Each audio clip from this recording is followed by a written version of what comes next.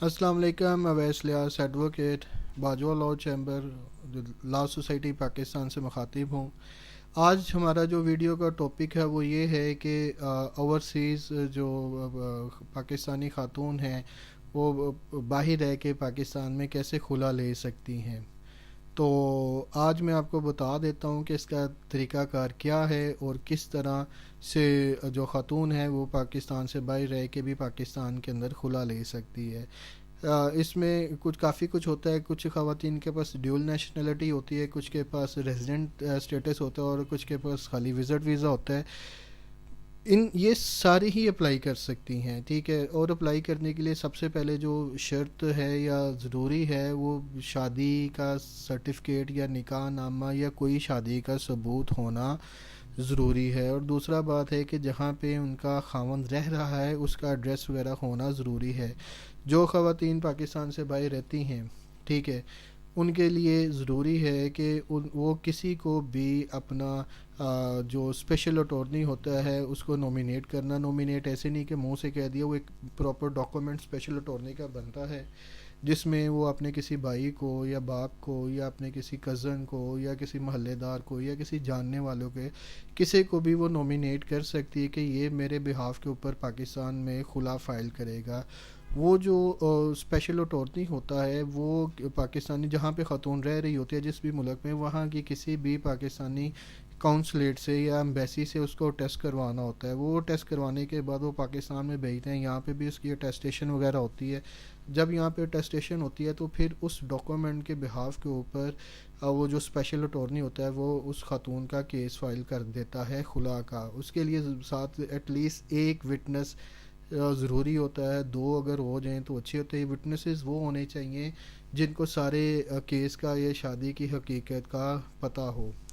تو یہ طریقہ کار ہے۔ اب کچھ ہمیں جو سٹارٹنگ میں کچھ پرابلمز یہ آ رہی تھی کہ کچھ خواتین جو ایسے ملکوں میں رہتی ہیں جہاں پاکستانی کونسلیٹ ہی نہیں ہے، کچھ رشیا کے ساتھ رہ رہی ہے، کہیں بھی جہاں پہ افریقہ میں بھی تھیں، وہاں پہ دو ملکوں میں چھوڑ کے تیسرے ملک میں کونسلیٹ ہے یا امبیسی ہے، ایسے رشیا والے بھی کچھ سائٹ تھے، تو ایسٹرن یورپ جس کو میں کہہ رہا ہوں۔ تو اس کا کیا حل ہے؟ جو اس میں ہم نے جو چیزیں دیکھی ہیں اس میں یہ ہے کہ جو خواتین وہاں پہ رہ رہی ہے وہ وہاں کی نوٹرائز جو اسپیشل اٹارنی ہے وہ کروا کے بھیجے، وہ بھی یہاں پہ کورٹ میں ایکسیپٹیبل ہو جاتی ہے۔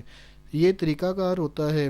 ہاں، ایک اور بات ہے، کچھ خواتین کے پاس نکاح نامہ بھی نہیں ہے، ڈیورس جو ہے جو رجسٹریشن ہے، اور ڈیورس کہہ رہا ہوں، سوری، میرج رجسٹریشن ہے، وہ ڈاکومنٹ بھی نہیں ہے، مگر ان کے پاس ان کی تصاویر ہوتی ہیں، ان کے بچے ہوتے ہیں، یا ان کا جو پاسپورٹ کے اوپر خاوند کا نام لکھا ہوتا ہے، وہ کئی قسم کے ثبوت مل جاتے ہیں۔ اس کے لیے ساتھ ہوتا ہے کہ جو خاتون ہے وہ اپنا ایک ساتھ ایفیڈیوٹ دے دیتی ہے، جی کہ میری شادی فلاں کے ساتھ فلاں ہوئی تھی، میں حلفیہ بیان دے رہی ہوں، اب میرے پاس سرٹیفکیٹ اس کا نہیں ہے یا اب نکاح نامہ نہیں ہے مگر میرا یہ حلفیہ بیان ہے۔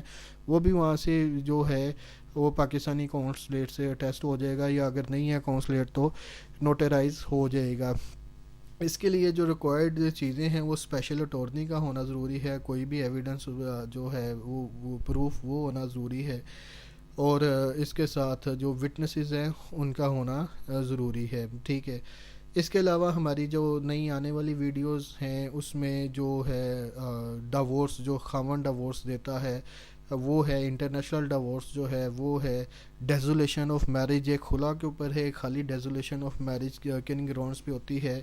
بچوں کی کسٹڈی کے جو بچے طلاق کے بعد یا خلا کے بعد ماں کے پاس رہیں گے یا باپ کے پاس رہیں گے، یا ماں کے پاس ہیں تو باپ کیسے لے سکتا ہے، باپ کے پاس ہیں تو ماں کیسے لے سکتے ہیں، ان کی ایج وغیرہ کیا ہے، یہ ساری جو ہیں یہ ہماری جو ویڈیوز ہوں گی ان میں ہم کوشش کریں گے چھوٹی ویڈیوز میں آپ کو جو پروسیجر ہے وہ پراپر ایکسپلین کر دیا جائے۔ تو اس کے لیے آپ ہمارا چینل ضرور سبسکرائب کیجئے، اور ہماری نیچے ویب سائٹ ہے اور واٹس ایپ نمبر وغیرہ ہے، کسی کو بھی کسی قسم کا کوئی بھی پرابلم ہو، چاہے وہ پاکستان میں ہو یا پاکستان سے باہر ہو، جو کرمنل کیسز ہیں یا جائیداد کا مسئلہ ہے یا سول لٹیگیشن ہے یا فیملی لٹیگیشن ہے یا کوئی بھی کسی قسم کی لٹیگیشن ہے، وہ ہمیں نیچے درج کیے گئے نمبرز پہ یا ہماری ای میل ویب سائٹ پہ ہمیں رابطہ کر سکتا ہے.